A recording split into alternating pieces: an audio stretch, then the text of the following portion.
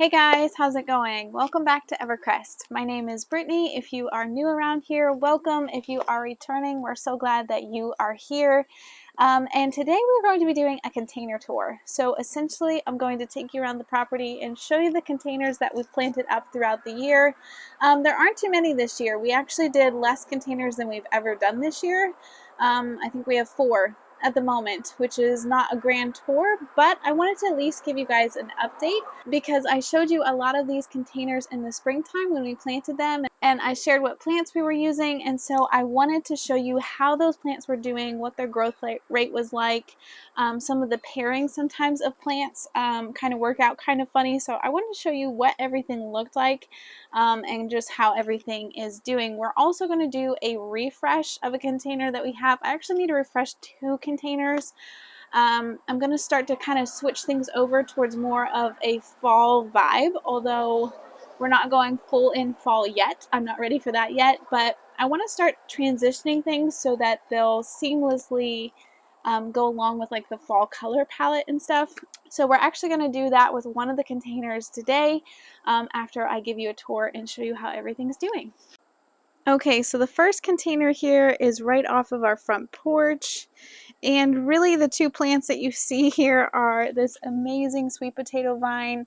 I forget the name of it. I'll put it on the screen, but it is a very dark color sweet potato vine, very interestingly lobed in shape. And this sweet potato vine is just intense. It's huge. It goes all the way to the bottom of the pot, completely covering it. And we also have a coleus here, which is gorgeous. The coleus is doing wonderfully. We have a little bit of bug damage in a couple of spots, but really this coleus is just gorgeous. We also have some sweet little impatiens over here poking through. They're kind of getting drowned out by the coleus and the sweet potato vine, but they are there adding a little bit of color. And we also have some wax begonias on this side, also kind of getting drowned out a little bit, but they're still there adding a little bit of color. Overall, I'm really happy with this container. I wish I would have picked something with a little more vigor, maybe to be able to fill this space over here. That would have been a little bit bigger, a little bit of a different color to add a little more interest, but overall, I am really happy with these plants. They're doing really well. Okay, the next container here that we have, I am not very happy with. This that we can see right now is just a sweet potato vine, and I will put the name of it on the screen as well, but this sweet potato vine is gorgeous. I love it, but I didn't realize that it got so bushy. I thought it would be more of a trailer like some of the traditional sweet potato vines, but it got so bushy. It almost took over the whole container, honestly. We also have a super bell in here. We have some purple angelonia back here and some salvia. We also have a verbena over on this side, which this was all a really pleasing and beautiful mix of colors. But I learned a couple things about this container this year. This container right here that we have is not very big. It's probably about 18 inches in diameter. And it's also not very deep, and it just dries out way too quickly, especially with this sweet potato vine. I think that it's pretty thirsty because it's so vigorous. This pot just dries out way too fast.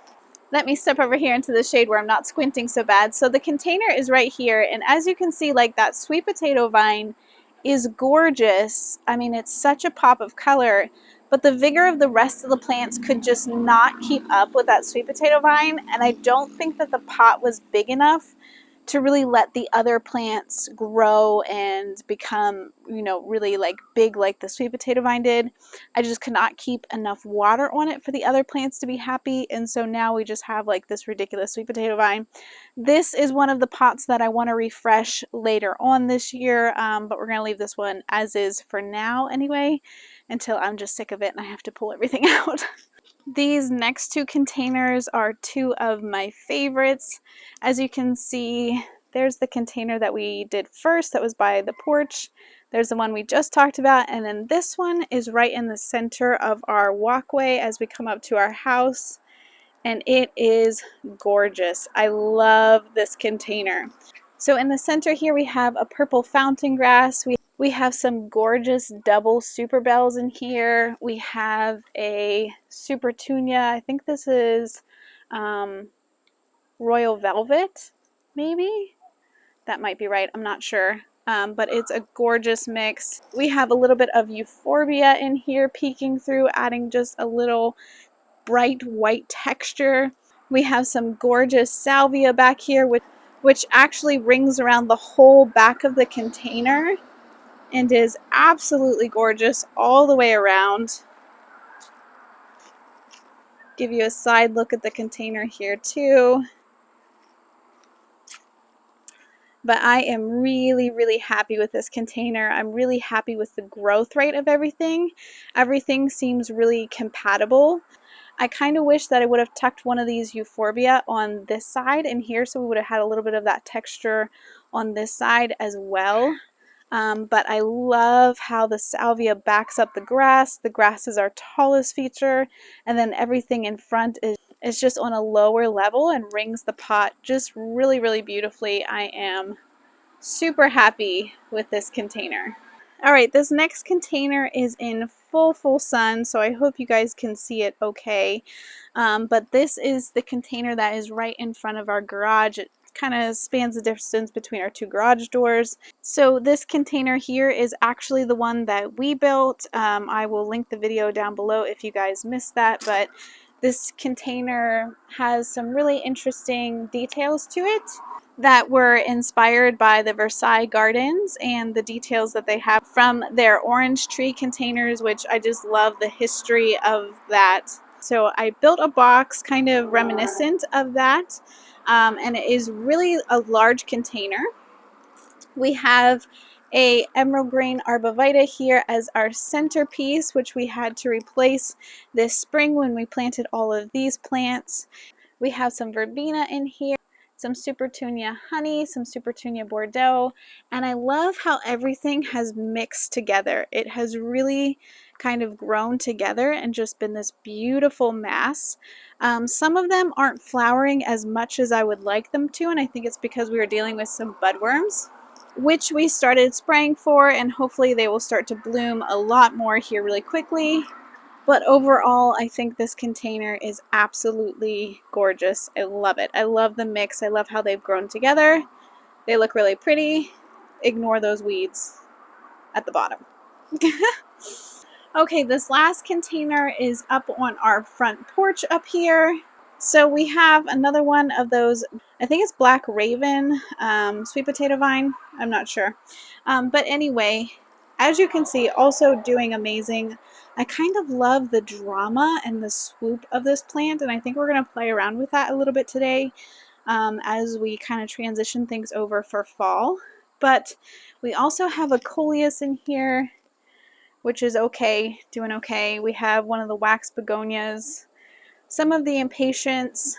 This poor container here, though, has been through the ringer.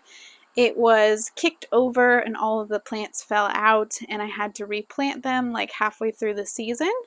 So it's had a rough life. Pretty much all of the flowers that I put in it have died off at this point. I put some other begonias in here. I forget what kind they were. So we are going to do a little bit of work on this container today. I picked out some new gorgeous plants that I want to put in here and kind of refresh this container a little bit. I might get some other pots and kind of make a little grouping around the base here and kind of weave some of those vines in through the grouping of pots, which I think is going to be gorgeous. So I think what I'm going to do is I'm just going to set you guys up on a little bit of a time lapse here, and I'm just going to play around with some of these plants that I got and my containers, and I'll show you what I come up with in the end.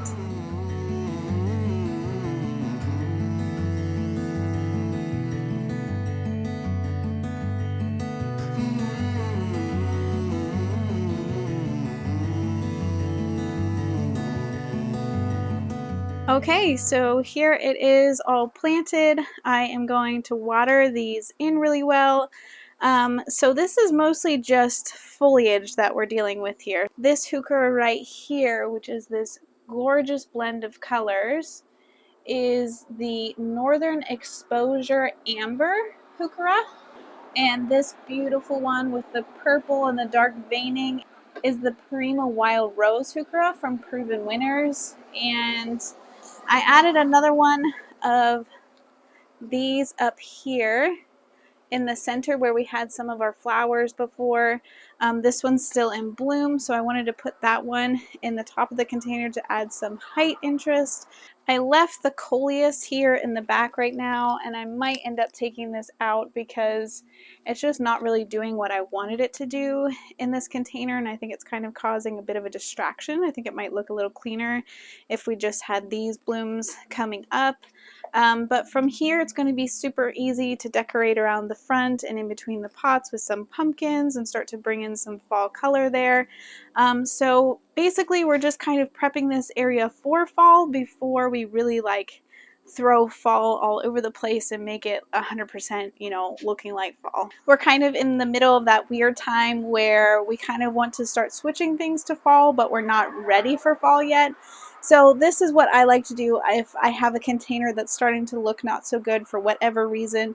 I start to slowly switch things out for more fall friendly colors, or at least colors that will complement fall colors, so that whenever I bring in pumpkins or I bring in my mums, it's going to look beautiful. Now, some of you might be wondering why I didn't go ahead and just throw mums into this mix, because that is kind of like the traditional fall flower is mums, and I would love to, except for the fact that mums bloom for about 2 weeks and then that's it. You can continue to deadhead them and they'll bloom a little bit, but not the same as they do in that first flush of blooms, and it's just way too early for that. So with this arrangement that I have right here, I have gorgeous fall color in the leaves, and then when I'm ready to bring my mums out, I can tuck mums around the base and maybe move things around a little bit, tuck some pumpkins in, and it'll be perfect, ready to go for fall. Gosh, I am like dirty and hot and sweaty. Well, that's going to be it for this video, guys. I hope you enjoyed it. I'm going to give these new plants that I just planted a good drink, make sure that they're all watered in really well, and we will see you in the next one.